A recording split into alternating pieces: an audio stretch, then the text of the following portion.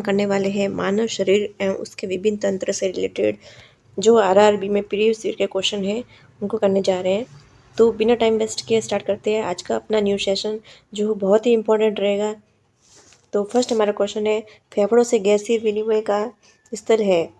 फेफड़ों से गैसीय विनिमय का स्थल क्या होता है? तो वो होता है वायु कोष्ठिका, जिसका करेक्ट आंसर हो जाएगा वायु कोष्ठिका। तो करेक्ट आंसर हो जाएगा वायु कोष्ठिका। फेफड़ों में गैसीय विनिमय का स्थल वायु कोष्ठिका।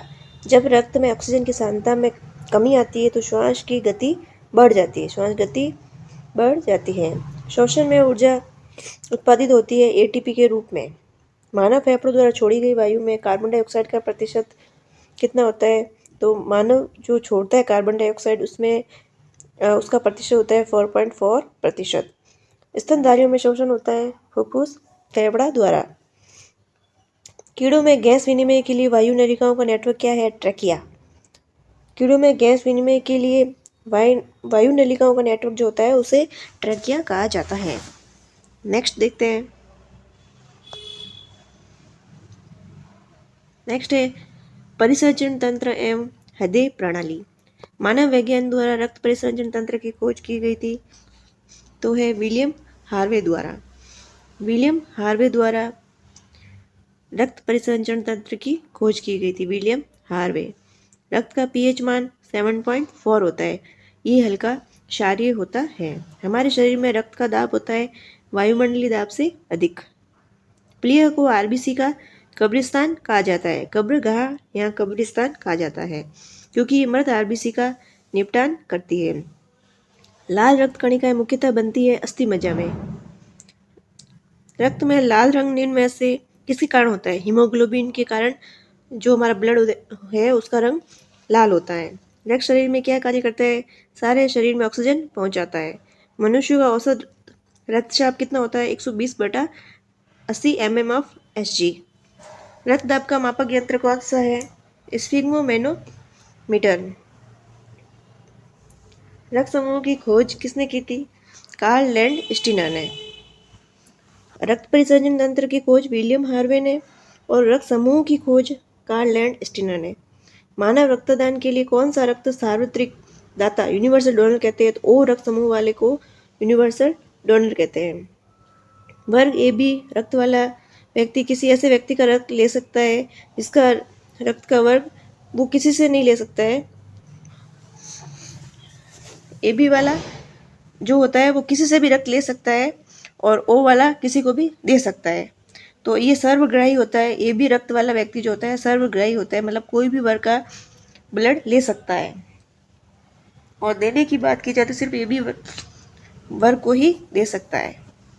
यदि एक पिता का रक्त वर्ग ए है और माता का ओ है तो बताइए कि उनके पुत्र का निम्न में से कौन सा रक्त वर्ग होगा? तो ओ अथवा ए दोनों हो सकते हैं, दोनों में से कोई भी एक हो सकता है।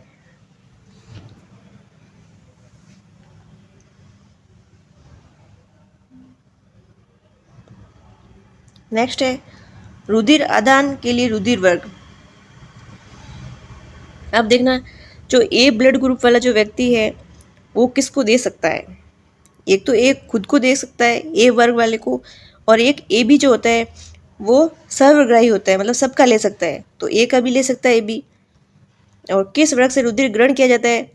तो ओ जो होता है सर्वदाता होता है, तो ओ से ले सकता है और ए से ले सकता है। सेम ऐसे बी जो होता है बी वर्ग को दे सकता है और एक ए बी को दे सकता है, और ले किससे सकता है? ओ और बी से। अब ए बी को ही दे सकता है और लेने में ओ ए बी तथा ए बी सबका ले सकता है। अब ओ जो ग्रुप वाला है वो सबको दे सकता है और लेगा सिर्फ ओ का। RH कारक का नाम संबंधित है बंदर से, रिसर्च नामक बंदर से। रक्त दाब का नियंत्रण कौन सी ग्रंथि करती है? अधिवर्ग ग्रंथि करती है। एक स्वस्थ मनुष्य में रक्त की कुल मात्रा 5 से 6 लीटर होती है। रक्त का थक्का बनने में फाइब्रिनोजिन को फाइब्रिन में के परिवर्तन में भाग लेने वाला एंजाइम है थ्रोम्बिन। रक्त पट्टिकाणु प्लेटलेट्स को थ्रोम्बोसाइट के नाम से भी जाना जाता है।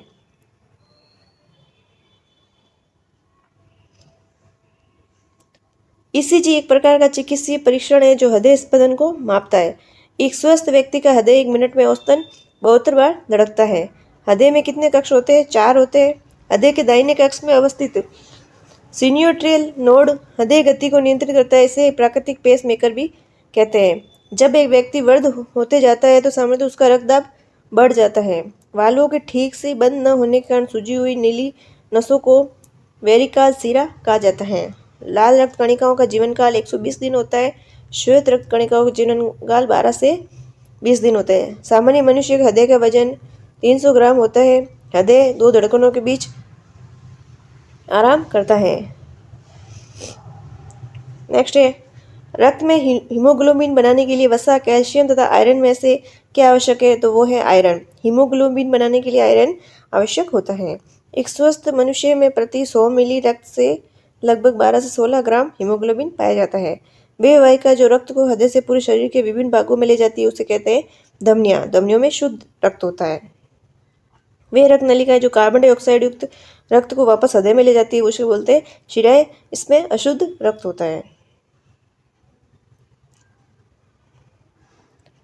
नेक्स्ट, खुला परिसंचरण तंत्र ऑर्थोपोडा में और मोलस्का में पाया जाता है।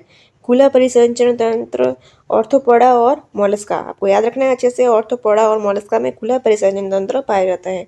फाइब्रिनोजन, ग्लोब्यूलिन तथा एल्ब्यूलिन प्लाज्मा में पाए जाने वाले प्रमुख प्रोटीन है। रुधिर में संगठित पदार्थ के रूप में लाल रुधिर कणिका आरबीसी, श्वेत रुधिर कणिका डब्ल्यूबीसी तथा पट्टिकाणु प्लेटलेट्स होते हैं। ये रक्त का लगभग 45% भाग बनाते हैं। प्लाज्मा रक्त के आयरन का लगभग 55% होता है। इसका सबसे बड़ा घटक जल होता है 90 से 92% तथा प्रोटीन की मात्रा 6 से 8% पाई जाती है। रक्त का थक्का बन जाने उसमें एक अन्य प्रकार कोशिकाओं की उपस्थिति कारण होता है जिन्हें पट्टिकाणु प्लेटलेट्स कहा जाता है।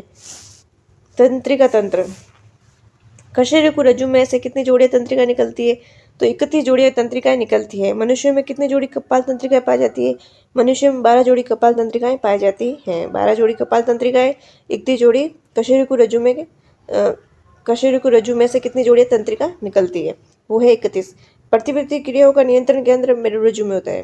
प्रतिवर्ती क्रिया जो होती है अचानक से पलक झपकना, जैसे कोई गर्म पदार्थ को मैं छूते एकदम से अपना हाथ पीछे की तरफ हो जाता है तो वो क्या होता है? एक प्रतिवर्ती क्रिया होती है, वो मेरुरज्जु में होता है। मानव मस्तिष्क के निम्नलिखित में से कौन सा एक निगरण और उल्टी का नियमन केंद्र है? तो है मेडुला ऑब्लोगेटा। हमारा मस्तिष्क मुख्य रूप से किस भोजन पर निर्भर करता है? वो है ग्लूकोज। नेक्स्ट है अंतःस्रावी तंत्र। अब कौन सा हार्मोन जो है वो जागने की क्रिया और निद्रा की क्रिया को नियंत्रित करता है? तो वो है मेलाटोनिन। बच्चों में वृद्धि हार्मोन सोमेटोट्रोपिक हार्मोन की कमी से क्या हो जाता है? बोनापन हो जाता है। ये हार्मोन जो होता है ये पिट्यूटरी ग्लैंड्स होती है जो हमारे मस्तिष्क में पाई जाती है। इसका आकार बहुत ही छोटा होता है, मटर के दाने के समान होता है। उसे एसटीएच हार्मोन निकलता है जिसे सोमेटोट्रोपिक हार्मोन कहते हैं। ये वृद्धि के लिए बहुत आवश्यक है। अगर उसकी कमी हो जाएगी तो वो बोनापन हो जाएगा। किस हार्मोन को आलिंगन या प्रेमी हार्मोन कहते हैं? तो वो है ऑक्सीटोसिन हार्मोन को लव हार्मोन कहते हैं। ऑक्सीटोसिन हार्मोन ये प्रसव क्रिया के टाइम ये हार्मोन जनरेट होता है, जो आसानी हो जाती है प्रसव क्रिया में। मनुष्य के शरीर में कौन सी ग्रंथि वाहिनीहीन है? तो है अंतःस्रावी ग्रंथि। थायरोक्सिन हार्मोन कमी से बच्चों में क्रिटिनिज्म तथा वयस्कों में मिक्सोडिमा नामक रोग हो जाता है। थायरोक्सिन हार्मोन की कमी से क्रिटिनिज्म और मिक्सोडिमा। मानव शरीर में कौन सी ग्रंथि अंतःस्रावी एवं बृहस्रावी दोनों प्रकार की है? तो वह अग्नाशय ग्रंथि। मानव शरीर में किस हार्मोन को आपातकालीन हार्मोन कहा जाता है? एड्रेनलिन ग्रंथि। एड्रेनलिन जो हार्मोन होता है उसको आपातकालीन हार्मोन कहा जाता है। एड्रेनलिन हार्मोन को आपातकालीन हार्मोन एक और कहा जाता है, उसे करो या मरो का हार्मोन भी कहा जाता है। मानव शरीर में कौन सी कोशिका एंड्रोजन हार्मोन स्रावित करती है? तो वो है लेडिंग कोशिकाएं। लेडिंग कोशिकाएं एंड्रोजन हार्मोन स्रावित करती है। वर्ग के मूत्र की मात्रा का निस्तारण नियंत्रण करता है एडीएच द्वारा। अगर अग्नाशय में खराबी हो जाए तो क्या होगा? इंसुलिन और ग्लूकागोन नहीं बनेंगे। इंसुलिन न बनने से मधुमेह रोग हो जाता है। किस ग्रंथि को जैविक घड़ी कहते हैं? पीनियल ग्रंथि को जैविक घड़ी कहते हैं। नेक्स्ट है मानव शरीर की दूसरी सबसे बड़ी ग्रंथि कौन सी है? वो है अग्नाशय।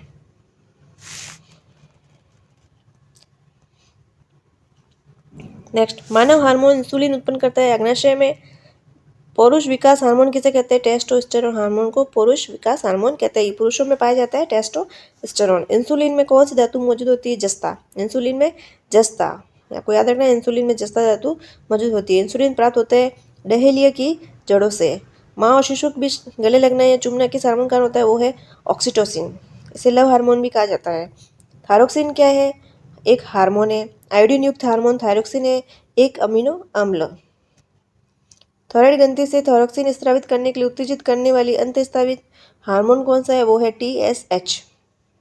कौन सा हार्मोन लड़ो और उड़ो हार्मोन कहलाता है? वो एड्रेनलिन हार्मोन। किस हार्मोन के स्रावित होने से हृदय गति बढ़ जाती है और उत्तेजना का अनुभव होता है? उसे बोलते हैं एड्रेनलिन। गाय और भैंस के थनों से दूध उतारने के लिए किस हार्मोन की सुई लगाई जाती है? ऑक्सीटोसिन हार्मोन की सुई लगाई जाती है। घेंघा रोग से किस ग्रंथि के आकार में वृद्धि हो जाने के कारण गले के अगले भाग में सूजन आ जाती है? वो है थायराइड ग्रंथि। ग्रंथि हमारी आंखों में आंसू अवमुक्त करती है, वो है लैक्रिमल। लड़कों में बढ़ता हुआ स्वर यंत्र गले के सामने की ओर सुस्पष्ट उभरे भाग के रूप में दिखाई देता है, इसे कंठमणि कहा जाता है। आयोडीन युक्त नमक उपयोगी होता है क्योंकि ये थायराइड ग्रंथि का नियंत्रण करता है। थाइमस ग्रंथि थाइमोसिल नामक हार्मोन का स्रावन करती है, जो शरीर में टी लिम्फोसाइट्स या टी सेल निर्माण को बढ़ाकर शरीर के प्रतिरक्षा तंत्र में सहायक होती है। कौन सी सहायक होती है? थाइमस ग्रंथि। नेक्स्ट है प्रतिरक्षा तंत्र से रिलेटेड इंपॉर्टेंट क्वेश्चन। प्रतिजन वह पदार्थ है जो प्रतिपिंड के निर्माण को उद्दीपित करता है तथा प्रतिरक्षा तंत्र को परिवर्तित करता है। शरीर में संक्रमण से हमारी रक्षा करता है, वो WBC। सफेद रक्त कण का मुख्य कार्य रोग प्रतिरोध क्षमता धारण करना। लसिका का श्वेत रक्त कोशिकाओं से बना एक हल्का तरल पदार्थ है जो रक्त में हानिकारक जीवाणु पर हमला करता है। कोलेस्ट्रॉम जो होता है स्तनपान के शुरुआती दिनों में कई माताओं द्वारा स्रावित एक तरल पदार्थ में पोषक तत्व होते हैं जो बच्चे की प्रतिरक्षा प्रणाली को बढ़ा देते हैं और संक्रमण से लड़ने में मदद करते हैं। वो क्या होता है? कोलेस्ट्रॉम होता है। तो जब बच्चा हो जाता है महिलाओं का, तो स्टार्टिंग में जो फर्स्ट जो मिल्क आता है उसमें कोलेस्ट्रॉम होता है, जो एक अलग कलर का लिक्विड होता है, एकदम वाइट नहीं होता है, तो हल्का पीला होता है जो, तो उसमें कोलेस्ट्रॉम होता है जो बच्चों के लिए बहुत ही ज़्यादा प्रतिरक्षा प्रणाली को बढ़ावा देते हैं और संक्रमण से लड़ने में मदद करते हैं। उसमें बहुत अच्छे पोषक तत्व होते हैं। रुधिर में श्वेत रक्त कणिकाओं की अत्यधिक मात्रा से उपस्थिति को रोग विज्ञान की भाषा में कहते हैं ल्यूकेमिया, रक्त कैंसर।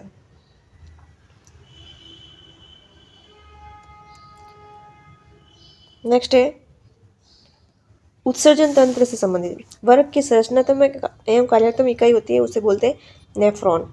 मानव मूत्र का पीला रंग एक वर्णन के कारण होता है जिसे यूरोक्रोम कहते हैं। मनुष्य शरीर में खून की परिशुद्धिकरण को डायलिसिस कहते हैं। डायलिसिस किससे संबंधित है? वृक्क से संबंधित होता है। वृक्क में प्रति मिनट औसत रक्त प्रवाह होता है 1200 सीसी। मानव रक्त अश्मरी किडनी स्टोन में पाए जाने वाले प्रमुख रासायनिक यौगिक है, वो है कैल्शियम ऑक्सलेट। यूरिया किस में संश्लेषित होता है? यकृत में। वयस्क मनुष्य सामान्यतः 24 घंटे में 1 से 1.8 लीटर मूत्र करता है। लवण और यूरिया जल के साथ श्वेत पसीने के रूप में शरीर से बाहर निकाल दिए जाते हैं। नेक्स्ट है पाचन तंत्र। अल्कोहल के निरावेशन के लिए मानव अंगों में कौन उत्तरदायी है? वो है यकृत। लार किसके पाचन में मदद करता है? स्टार्च के। मानव शरीर में कौन सा अंग पीत रस का उत्पादन करता है? यकृत। पीत रस का संग्रहित होता है पित्ताशय में। मानव में स्टार्च जैसे कार्बोहाइड्रेट का पाचन किस भाग से शुरू होता है? मुख गुहिका में। जुगाली करने वाले पशु जैसे मवेशियों में रुमेन में मौजूद जीवाणु सेल्यूलोज के पाचन में मदद करते हैं। किस जानवर के पाचन तंत्र में एक ही द्वार होता है जो मुंह और गुदा दोनों का काम करता है? उसे बोलते हैं प्लेटी हेलमिंथेसिस। किस भोजन को पचाने के लिए छोटी आंत में लंबी होने की आवश्यकता होती है? वो है घास को पचाने के लिए छोटी आंत के लंबी होने की आवश्यकता होती है। शाकाहारियों में छोटी आंत जो होती है वो लंबी होती है। मानव के आहार नाल में दीर्घ रोम कहाँ पाई जाती है? छोटी आंत में।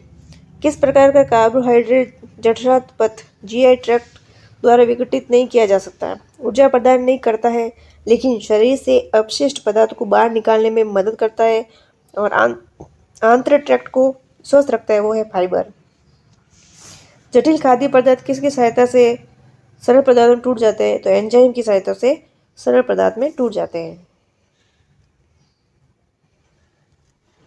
नेक्स्ट है, कौन सा अंग हाइड्रोक्लोरिक अम्ल का स्राव करता है? हमारे शरीर को रोगजनक बैक्टीरिया को मारने में मदद करता है, वो है आमाशय। अमीनो एसिड की आवश्यकता किसके संश्लेषण के लिए होती है? वो है प्रोटीन के। यदि किसी व्यक्ति का पित्ताशय निकाल लिया जाए तो उस व्यक्ति में वसा का पाचन सामान्यतः नहीं हो पाता है। लार में टाइलिन नामक एंजाइम उपस्थित होता है जो भोजन के स्टार्च को डाइसैकेराइड माल्टोस में तोड़ देता है। मानव के पाचन तंत्र में पाचन की प्रक्रिया मुक्त गुहिका से प्रारंभ होती है। नेक्स्ट है पेशीय एवं कंकाल तंत्र।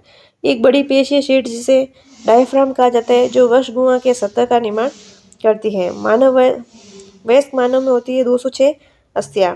एक नवजात शिशु में अस्थियों की संख्या लगभग 300 होती है। मानव शरीर की सबसे छोटी हड्डी है स्टेपिस, कान की हड्डी। हमारे शरीर की लघुत्तम हड्डी पाई जाती है कान में।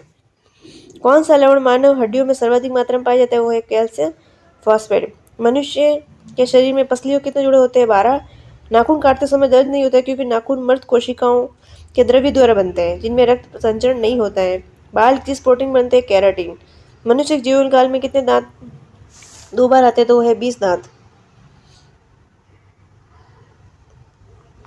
मानव शरीर में सबसे मजबूत मांसपेशियां कहाँ होती है? जबड़े में।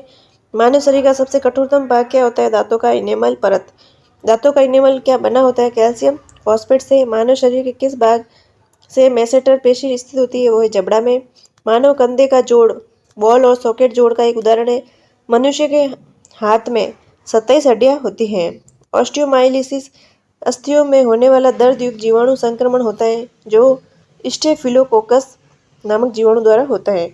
जीभ के पीछे स्वर यंत्र या वॉइस बॉक्स के शीर्ष पर स्थित उपस्थिति के पत्ती के आकार के पालम को क्या कहते हैं?